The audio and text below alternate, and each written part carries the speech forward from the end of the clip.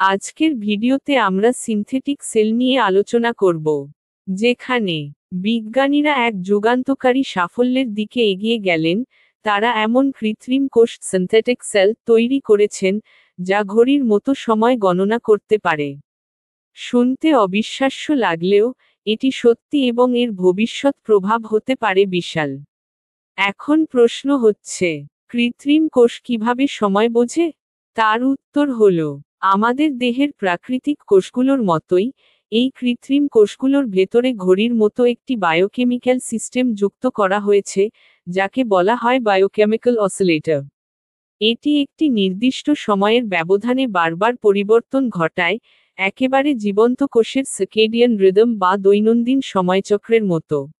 এটি বুঝিয়ে বলা যাক, আমাদের শরীর যেমন সকালে জাগে, দুপুরে ক্লান্ত হয়, রাতে ঘুমায়, এই ছন্দে চলে।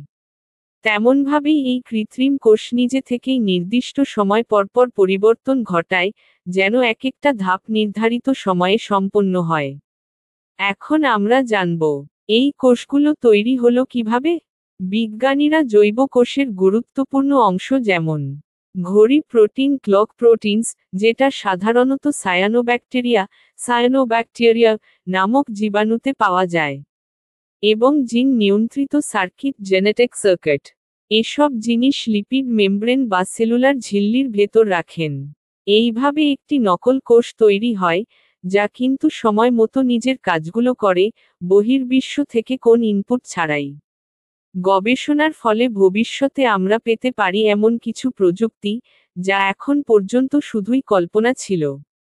সময়মতো ওষুধ সরবরাহকারী সিস্টেম, রোগীকে একবার ইনজেকশন দিলেই কৃত্রিম কোষ নির্ধারিত সময় পর ওষুধ ছাড়বে। বায়োসেন্সর তৈরি, যেগুলো শুধু নির্দিষ্ট সময় বা পরিবেশ অনুযায়ী সক্রিয় হবে, যেমন সকালবেলা পরিবেশে কোনো ক্ষতিকর উপাদান থাকলে সতর্ক করবে। জীবনের উৎপত্তি বোঝার চেষ্টা, প্রকৃত কোষের মতো সময়চক্র তৈরি করে। বিজ্ঞানীরা এখন বোঝার চেষ্টা করছেন, কিভাবে প্রাণের শুরু হয়েছিল। একটা সময় আমরা কল্পনাও করতে পারতাম না, কৃত্রিমভাবে তৈরি কোষ নিজের মতো করে সময় বুঝে কাজ করবে। কিন্তু বিজ্ঞান সেই অসম্ভবকে সম্ভব করে ফেলেছে। এই বিষয়ে সম্বন্ধে জানতে আমাদের ওয়েবসাইট ফলো করুন।